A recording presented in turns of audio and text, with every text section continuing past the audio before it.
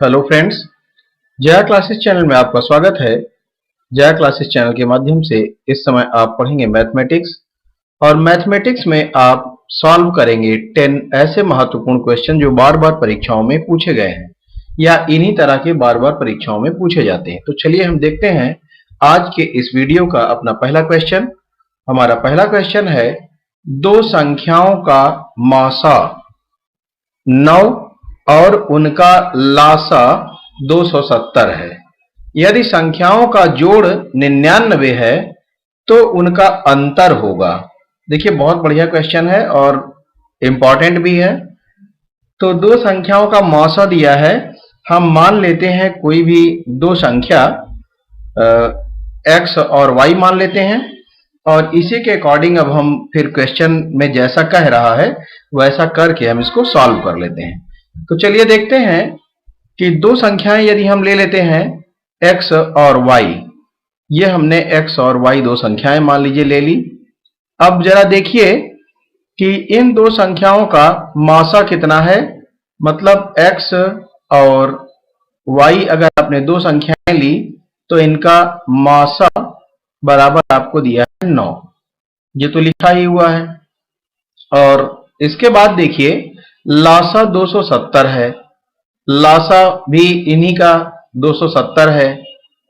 अब आगे बढ़ते हैं, यदि संख्याओं का योग या जोड़ 99 है।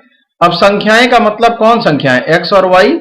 तो अकॉर्डिंग टू क्वेश्चन हम क्या करते हैं, संख्याओं का योग means x plus y equal to 99। ये समझ में आ रहा होगा।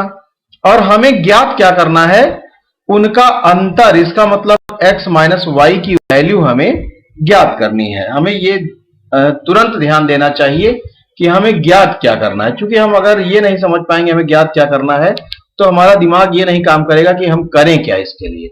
तो चलिए देखते हैं क्वेश्चन में। अब x माइनस वाई की हमें वैल्यू ज्ञात करनी है, जबकि हमें x प्लस वाई की वैल्यू मिली है और मासा और लासा दिया है।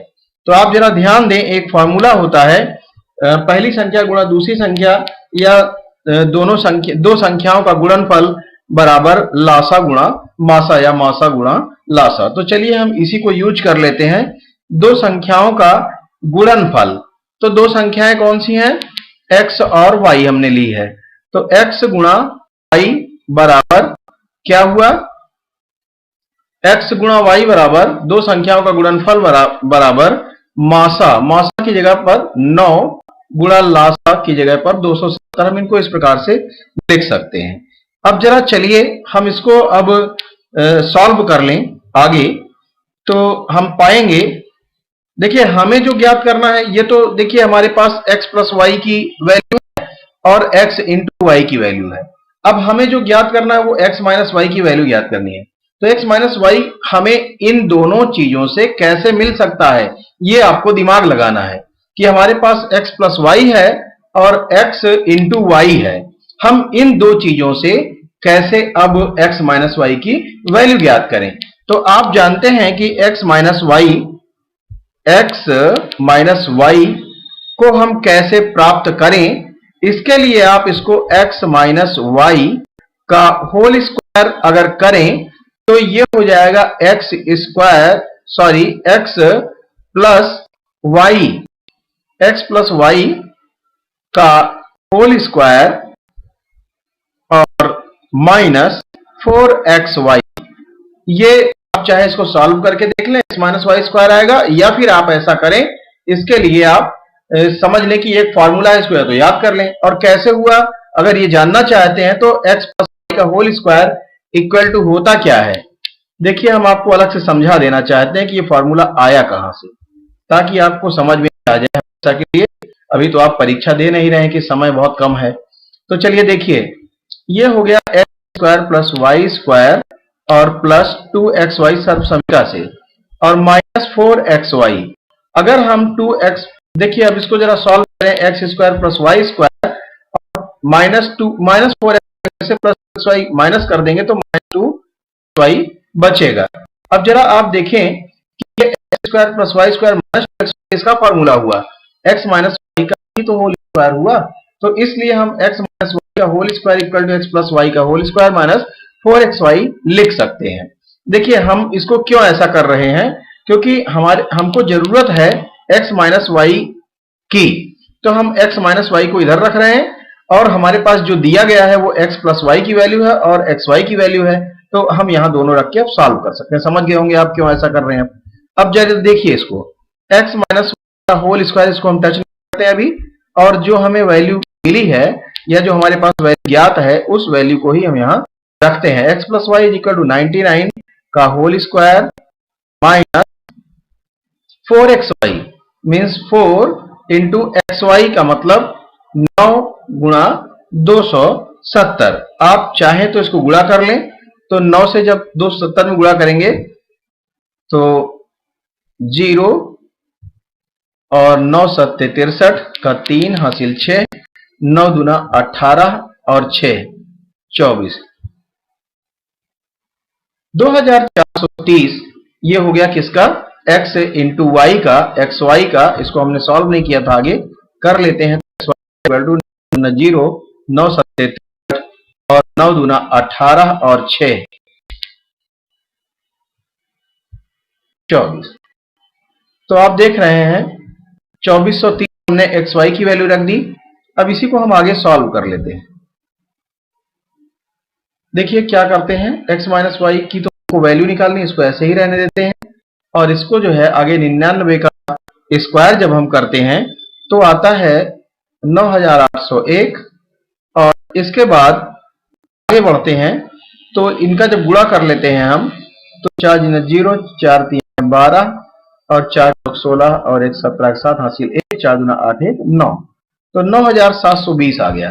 इसको हम घटा लें, 1 में से 2 घटाएंगे तो 1 और 0 से 2 नहीं घटेगा तो एक कैरी लेंगे, 10 10 में से 2 घटाएंगे तो 8 और यहाँ 7 बचा और 7 में से 7 घटाएंगे तो 0 और आगे 9 में से 9 घटाएंगे तो 0।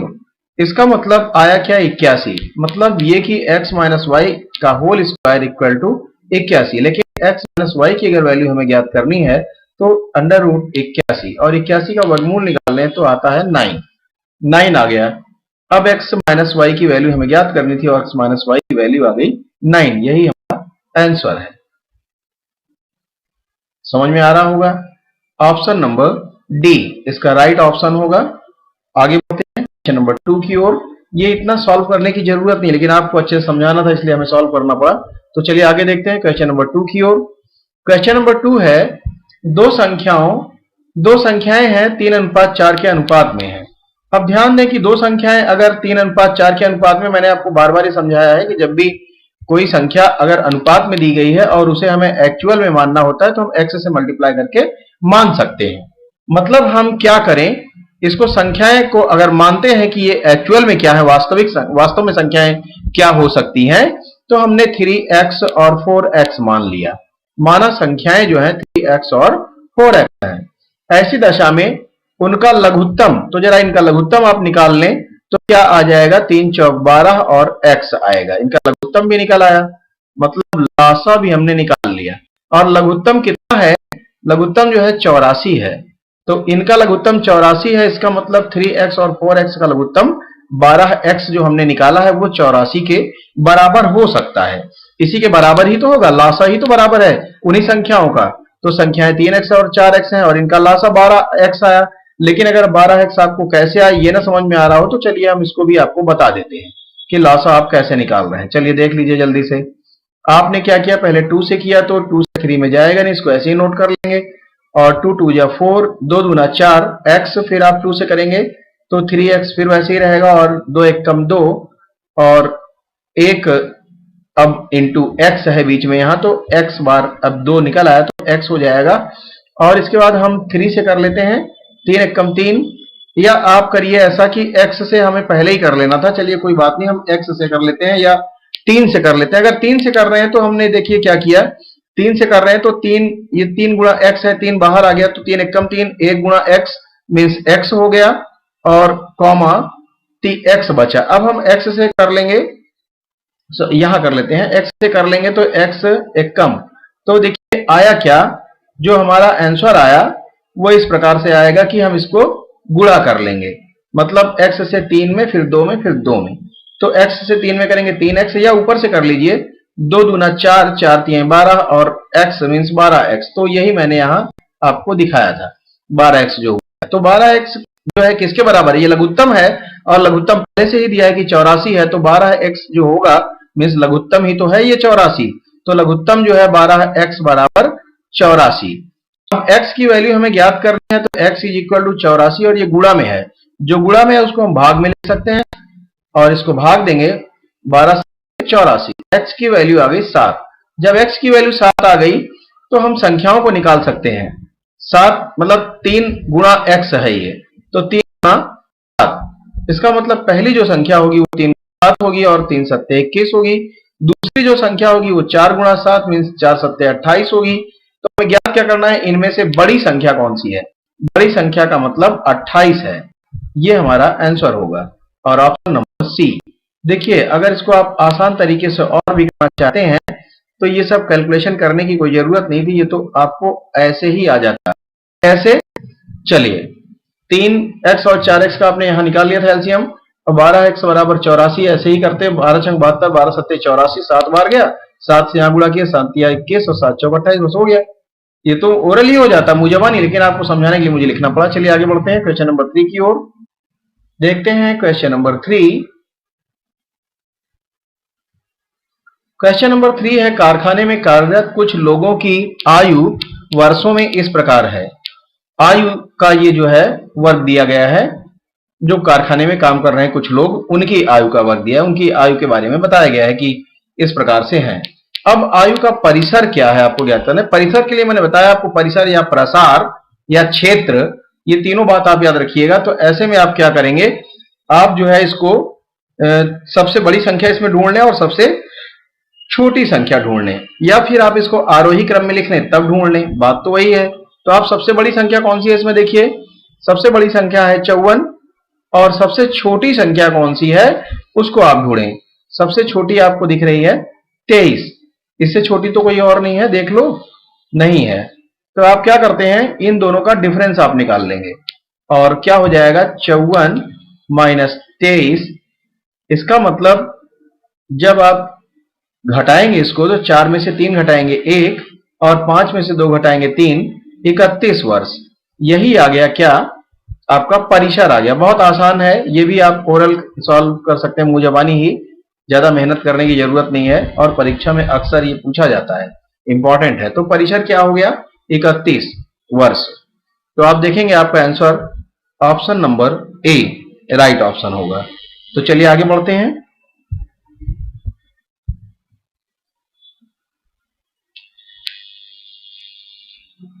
अगला क्वेश्चन है,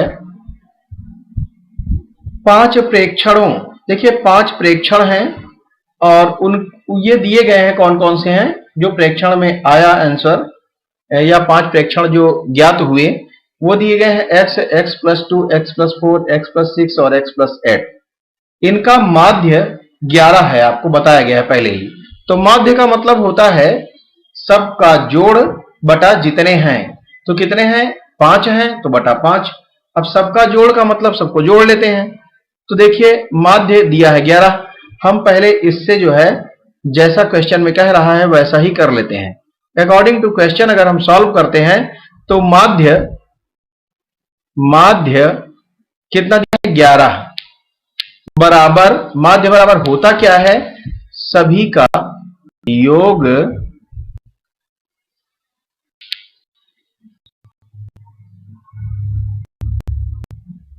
अब देखिए यहां जो है आपको सॉल्व के लिए यहां लिख दे रहे हैं, नहीं तो लिखने की कोई जरूरत नहीं, आप डायरेक्ट क्या करते हैं, ऐसे ही जोड़ लेते, 1x, 2x, 3x, 4x और 5x। कितना हो गया, 5x, और धन 2 और 4 6, 6 और 6 12, 12 और 8 20, मतलब 5x धन 20। ये आपका आ गया इनका जोड़, और इनका जोड़ बटा इनकी संख्या। इनको जब 5 से भाग देंगे तो आएगा 5 एकम 5 और 5 चौक 20। इसका मतलब नहीं, आप ऐसे ही इसको अभी लिखे रहने देते हैं, अभी भाग नहीं देते हैं। देखिए ऐसे कर लेते हैं और इसकी जगह पर हम क्या करते हैं, अब लिख लेते हैं। चलिए इनका योग जो मैंने यहां किया है वो आया आपका क्या, योग जो आ रहा है वो आ रहा है 5x प्लस 20/5। फिर से आप समझ लें, 1x 2x 3x 4x और 5x हो गया 5x। और इसके बाद आप गिनती को जोड़ लें और कितना कितना है जरा देखिए। जो अंक दिए गए हैं वो है आपका 8, 8 4 12, 2 नहीं 8 6 14, पहले 6 छूट गया, 8 6 14, 18 और 2 20। तो देख रहे हैं x धन 20/5।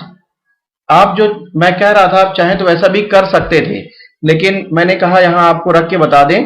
और देखिए ये 5 है तो आप चाहे 5 एकम 5 5 चौक 20 ये कट जाएगा, लेकिन आप इसको इस प्रकार से कर लें, 5 से यहां मल्टीप्लाई करें 55 इक्वल टू, अब जरा ध्यान दें ये तो यहां चला गया तो बचा क्या 5x प्लस 20।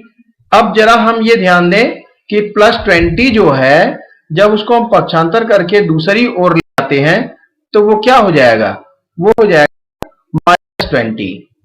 प्लस 20 था, दाहिनी ओर से आएगा तो -20 इक्वल टू यहां बचेगा क्या 5x।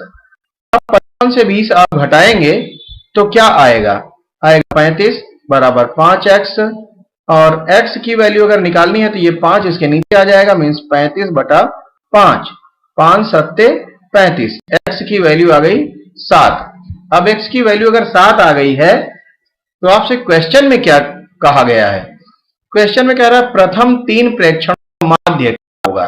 तो प्रथम 3 मीन्स पहला क्या है 7, दूसरा 7 प्लस 2, तीसरा क्या होगा 7 प्लस 4।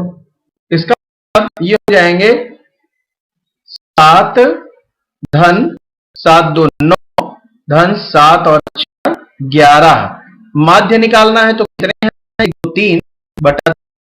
वही करना है इसमें भी, आपको क्या करना है प्रथम 3 प्रेक्षणों का ये माध्य है। चलिए अब जरा देखिए 11 और 9 20, 7 3 और 3 एकम 3 3 9 22 गया 9। ऑप्शन नंबर ए ऑप्शन हो जाएगा। क्वेश्चन के लिए आप समझ गए होंगे, बहुत बढ़िया क्वेश्चन था और बहुत क्वेश्चन है, कठिन नहीं है, ओरल होना चाहिए, लेकिन मैंने आपको समझाने के लिए इनको थोड़ा सा विस्तार में कर दिया। आगे बढ़ते हैं क्वेश्चन नंबर 5 की ओर। क्वेश्चन नंबर 5 है एक वृत्त की जीवा है, एक वृत्त की जीवा है जिसकी लंबाई 10 सेमी है। तो आप एक काम करते हैं, एक वृत्त ऐसे समझने के लिए हम बना लेते हैं। ये एक वृत्त थोड़ा सा टेढ़ा मेढ़ा बन गया भाई, नहीं बन पाया बहुत अच्छा, चलिए फिर से मिटा के या तो बना लेते हैं। और चलिए इसको मिटा देते हैं और बना लेते हैं एक वृत्त। तो हम एक वृत्त बना लेते हैं। ये तो काला बन रहा है, ठीक नहीं है। चलिए हम एक वृत्त बनाते हैं और वृत्त बना लेते हैं इस प्रकार से, ऐसे टेढ़ा मेढ़ा जो भी बन गया ठीक है। चलिए वृत्त की एक जीवा है, जीवा मीन्स ये ऐसे, और सेंटर मान लीजिए ये है। तो वृत्त की जीवा है, जीवा जो है कितनी है 10 सेंटीमीटर है। हम इसको नाम दे देते हैं ए बी। ए बी एक जीवा है और कितना है ये 10 सेंटीमीटर। तो इसकी नाप लिख दें जरा समझने के लिए, 10 सेंटीमीटर, समझ में आ गया। इसके बाद क्या है, यदि वृत्त की त्रिज्या 13 सेंटीमीटर हो। अब ध्यान दीजिए त्रिज्या क्या होती है, देखिए यहां से जो ऐसे जो जाता है सेंटर से पूरा, ये इस लाइन को हम कहते हैं व्यास, और आधा एक तरफ लाइन को क्या कहते हैं त्रिज्या। तो ये वृत्त में चारों ओर बराबर होती है, क्योंकि वृत्त गोला होता है और सेंटर से दूरी सबकी बराबर होती है। तो उसी प्रकार से यहां भी सेंटर की दूरी क्या है वही होगी जितना त्रिज्या है। कितना है 13 सेंटीमीटर। चलिए ये भी हो गया। आपको ज्ञात क्या करना है, तो केंद्र से जीवा पर डाले गए लंब की लंबाई। अब देखिए जरा केंद्र कहां है और उससे हमें जीवा पर लंब डालना है। तो केंद्र जो है ये सेंटर पॉइंट है और इससे जीवा पर लंब का मतलब यहां से इस प्रकार से लाइन आएगी जो 90 डिग्री का एंगल बनाए।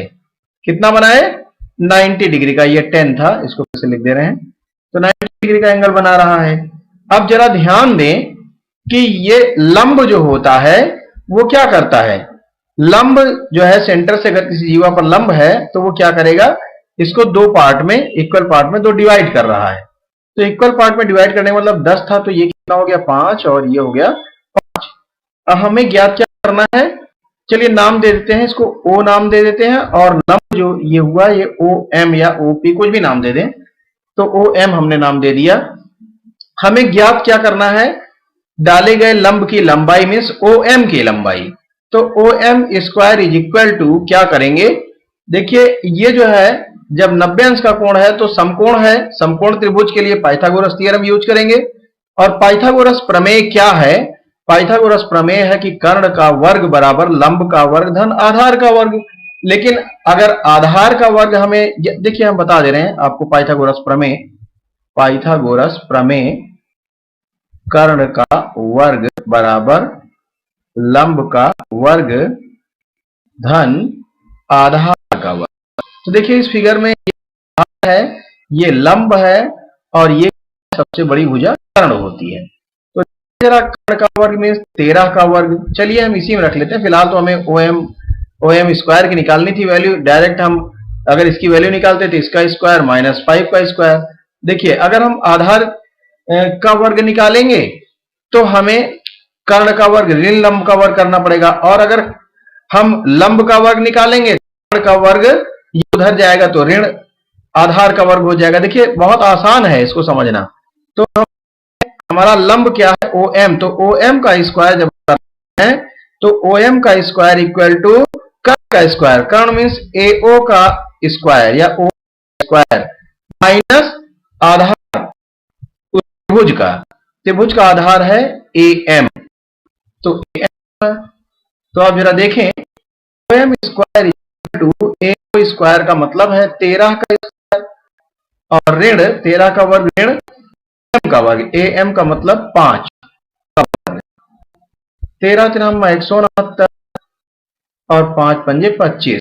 देखिए आप जो है एक से लेकर वर्ग याद कर लीजिए कम से कम 50 तक, तो आपके लिए मैथमेटिक्स में बहुत आसान हो जाएगा सॉल्व करना, आपको गुड़ा उड़ा नहीं करना पड़ेगा। चलिए आगे बढ़ते हैं। 9 में से 5 घटाएंगे तो आएगा 4 और 6 में से 2 घटाएंगे तो आएगा, और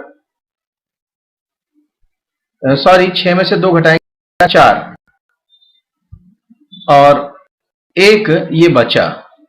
तो देख रहे हैं 144 हो गया। O M square equal to 144, तो O M equal to under root 144 और 144 का हम वर्गमूल निकालेंगे तो 12 का वर्ग होगा। 12 का वर्ग होगा, इसलिए कह रहे हैं आपको रखना पड़ेगा वर्ग, तो उससे स्क्वायर रूट आप आसानी से निकाल आएगा, हर जगह वो मदद करेगा आपकी। तो ओ एम इक्वल टू क्या हो जाएगा 12 का वर्ग ओ एम, इसके अंदर 12 का वर्ग तो वर्ग से वर्गमूल कट जाएगा तो 12 आ जाएगा। ओ एम की वैल्यू आ गई, ओ एम की वैल्यू कितनी आ गई 12, और यही हमें ज्ञात करना था। 12 सेंटीमीटर हमारा आंसर हो जाएगा। ओ एम की जो दूरी होगी वो कितनी होगी 12 सेंटीमीटर, ये हमारा। चलिए देखते हैं क्वेश्चन नंबर 6, और क्वेश्चन नंबर 6 है किसी त्रिभुज के अंतः कोणों का अनुपात 1 2 3 है। मैंने आपको बार बार समझाया जब अनुपात में कोई चीज दिया हो उसे एक्चुअल में मानना हो तो हम क्या करेंगे, उनको जो है x से मल्टीप्लाई करके हम एक्चुअल में लिख सकते हैं। तो ये तीनों कोण जो है अगर हम मानते हैं तो ये तीनों कोण हो जाएंगे x और 2x और 3x। अब एक त्रिभुज के तीनों अंतः कोणों का योग क्या होता है 180 अंश होता है। तो आप देखिए x प्लस 2x धन 3x इक्वल टू 180 अंश लिख सकते हैं। तीनों का योग इतना होता है कोणों का योग। तो आप क्या करेंगे, इनको जोड़ लें, 2x और 1x 3x और 3x 6x, या 3 2 5 और 1 6x इक्वल टू 180 अंश। तो आप जरा ध्यान दें कि x की वैल्यू आपको निकालनी है और x की वैल्यू हो जाएगी 180 अंश बटा 6 है। अब हम जो है 180 अंश का मतलब होता है पाई, पाई का मतलब 180 अंश। तो हम रेडियन में आप क्या करें पाई हम लिख देते हैं, इसकी जगह पे हो जाता है पाई बाई 6, एक्स की वैल्यू आ गई। तो सब ये एक्स की वैल्यू अगर इतनी आ गई तो इनमें सबसे बड़ा कौन सा है? सबसे बड़ा तो ये है, 3 गुना है तो 3x है। तो इसका मतलब सबसे बड़ा जो कोण होगा वो रेडियन में होगा, कितना? 3x। तो x की जगह पर वैल्यू रखेंगे क्या? पाई बाई 6, इस प्रकार से। अब हम देख रहे हैं x की हमने वैल्यू रख दी, x की जगह पर 3 और x के बीच में गुणा का चिन्ह है और हमने गुणा का चिन्ह लगाकर 3 गुणा पाई बटा 6 लिख दिया। इससे देखिए क्या होगा, 3 एक कम 3, 3 दूना 6। इसका मतलब पाई बाई 2 हमारा रिजल्ट आया। इसको सॉल्व करने पर क्या आया? Pi by 2। अब ये जो पाई बाई 2 आया है यही जो है हमारा आंसर हो जाएगा कि सबसे बड़ा कोण कौन सा है? पाई बाई 2 है रेडियन में। तो पाई बाई 2 रेडियन। रेडियन बनाने के लिए ही हमें ये करना पड़ा, 180 डिग्री के पर पाई लिखना पड़ा और पाई का मान हो रहा है रेडियन में 180 अंश। तो हमने 180 अंश की जगह पे पाई रख दिया तो हमारा काम ये हो गया। और सबसे बड़ा की बात थी तो सबसे बड़ा 3x है तो हमने 3 लिया और x की वैल्यू हमने रख दी। जब x की हमने वैल्यू रख दी तो फिर क्या हो गया? 3 गुणा x हो गया, सॉरी 3 गुणा x, और x की जगह हमने वैल्यू रख दी 3 गुणा पाई बटा 6। x की वैल्यू हमने निकाली है, x इज इक्वल टू कितना? x is equal to pi by 6। तो वो हमने रख दिया और 3 एक कम 3 गुणा 6 काट दिया, पाई बाई 2 आ गया। तो पाई बाई 2 रेडियन यही हमारा आंसर हो जाएगा, means option number A, pi by 2। आगे बढ़ते हैं क्वेश्चन नंबर 7 की ओर। क्वेश्चन नंबर 7 है, सॉरी देखिए क्या है, 7 त्रिभुज एबीसी में। तो त्रिभुज हम बना लेते हैं। त्रिभुज एबीसी कैसा हो? यदि एंगल ए, ये एंगल का साइन होना चाहिए, यदि एंगल ए कितना हो? 90 डिग्री। तो एक हम त्रिभुज बना लेते हैं इस प्रकार से, ये ऐसे। चलिए हम इनको नाम देते हैं और ये 90 डिग्री का जहां एंगल बना रहे हैं उसको नाम देते हैं ए। ए पर 90 डिग्री और क्या दिया हमें? Small a equal to 25। देखिए ये बहुत इंपॉर्टेंट है भाई, आप इसको समझिए कि स्मॉल ए इक्वल टू 25 का मतलब ये हुआ कि कैपिटल ए तो हम एंगल को मानते हैं और स्मॉल ए जो है हम किसको मानते हैं? साइड को या भुजा को। तो ए के सामने वाला जो होगा साइड या भुजा वो होगा स्मॉल ए। इसका मतलब ये 25 सेंटीमीटर हो जाएगा। और इसी प्रकार से हम जब इसको नाम दें बी और इसको नाम दें सी, तो अब जरा देखिए बी की वैल्यू कितनी है? 7। अब बी की वैल्यू 7 है तो बी का मतलब है बी के सामने वाली भुजा ये कितना है? 7 हो गया। चलिए ये भी क्लियर हो गया। अब क्या करें हम? हमें ज्ञात करना है tan बी। tan बी का मान हमें ज्ञात करना है और tan बी का मान ज्ञात करने के लिए ये देखिए जरा बी जो ऑप्शन है आपका tan बी, तो tan बी इक्वल टू जब हम निकालेंगे तो tan बी के लिए क्या करना पड़ेगा हमें? tan बी का मतलब इसके सामने की भुजा लंब, और tan का मतलब होगा, आप एक फॉर्मूला याद कर लें, लाल बटा काका। ये हो जाएगा L फॉर लंब, ये आधार, ये भी लंब और ये आधार, ये कर्ण और ये भी कर्ण। तो आप जरा समझिए कि इसको आप ऐसे अलग अलग कर लें समझने के लिए अपने। ये अब आप ध्यान दें कि यहां लिख लें साइन, यहां कॉस और यहां लिख लें tan, यहां हो जाएगा कॉट, सेक और कॉसेक। तो आप इस प्रकार से देखें। अब आपको ध्यान ये देना है कि tan का मतलब क्या होगा। तो देखिए जरा साइन कॉस tan। tan का मतलब हुआ लंब बटा आधार। क्या हुआ? लंब बटा आधार। और लंब क्या है? लंब जो है एंगल के सामने की भुजा, लंब बटा आधार। तो लंब क्या है? 7 लेकिन आधार आपके पास है नहीं है, अटक गया ना मामला। इसीलिए कह रहे हैं कि अब आप देखिए, जब tan b की वैल्यू ज्ञात करनी है तो हमें जरूरत किन किन चीजों की पड़ रही है। अब जरूरत पड़ रही है AB की, और ये कैसा एंगल है, 90 डिग्री का। 90 डिग्री का समकोण त्रिभुज है, और समकोण त्रिभुज में फॉर्मूला होता है कर्ण का वर्ग। कर्ण में सबसे बड़ी भुजा, तो BC square equal to AB square, AC square means दोनों भुजाओं का वर्ग का योग। तो इस प्रकार से आप देख रहे हैं एक BC square equal to AC square plus AB square. अब हमें ज्ञात क्या करना है, हमें तो AB ज्ञात करना है, तो AB स्क्वायर इक्वल टू क्या हो जाएगा फॉर्मूला, ये उधर जाएगा, मतलब BC square minus AC square equal to AB square. और BC कितना दिया है, BC मीन्स 25, 25 का स्क्वायर माइनस AC मीन्स 7 का square equal to AB square.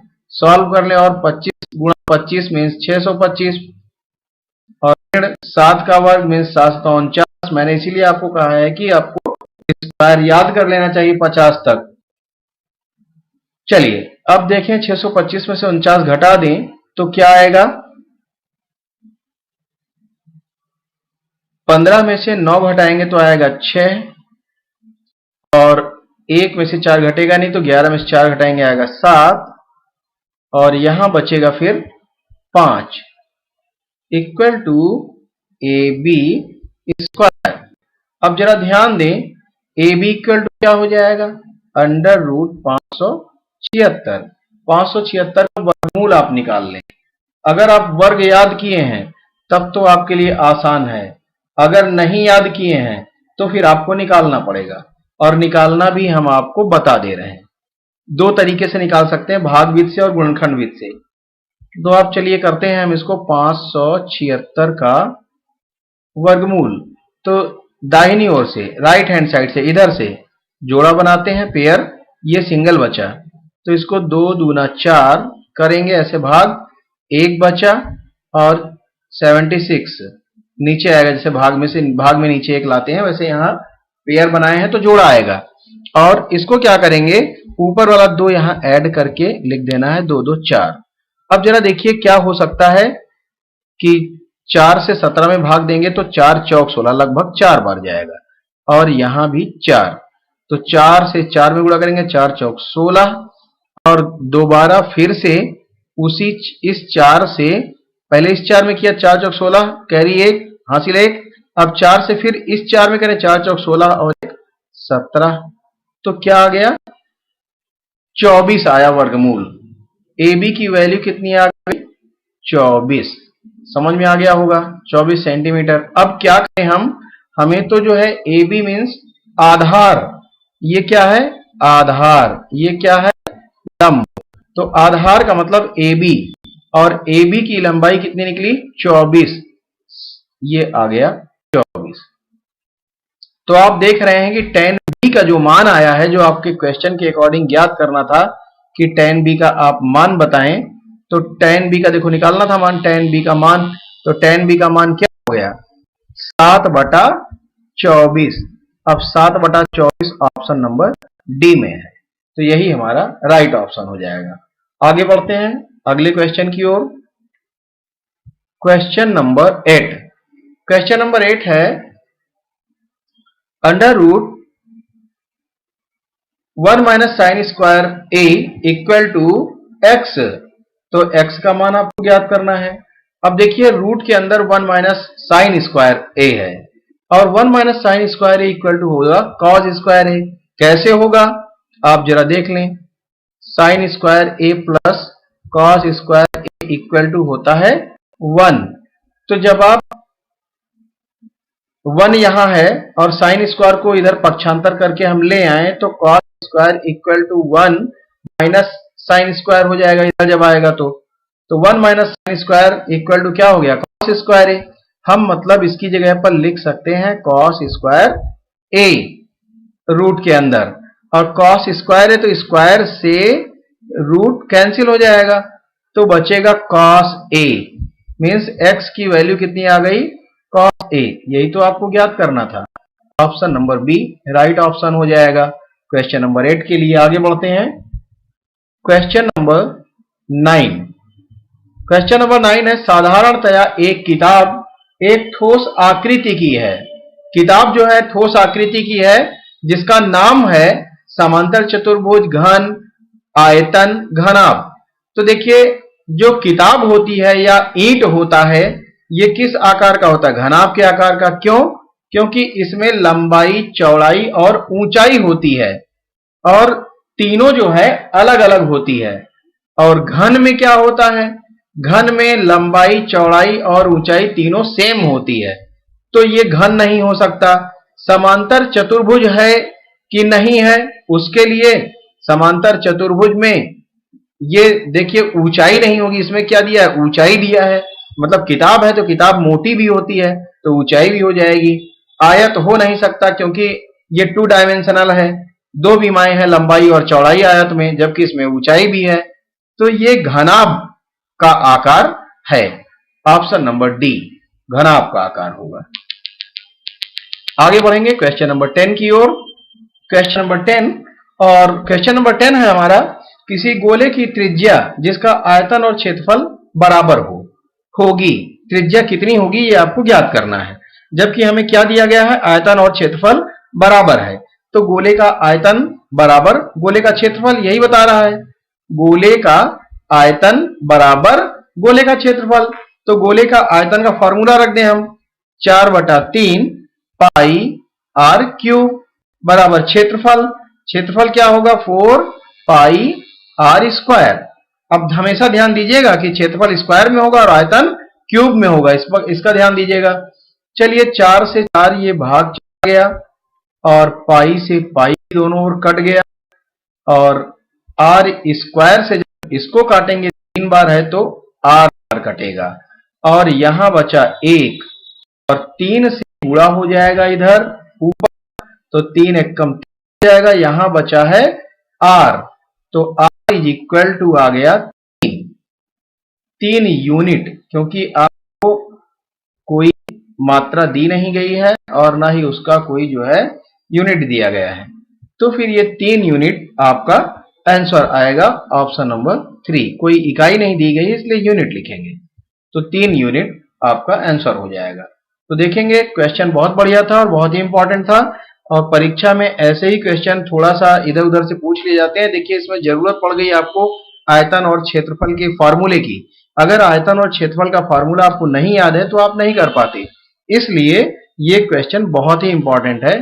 तो चलते हैं आज के इस वीडियो में, बस इतना ही, और ये लास्ट क्वेश्चन था, और मैंने लगभग सारे क्वेश्चन बहुत अच्छे लिए हैं जो परीक्षा में पूछे गए हैं। तो ये सारे क्वेश्चन बहुत ही इंपॉर्टेंट है। तो आज की वीडियो में बस इतना ही। Thanks for watching.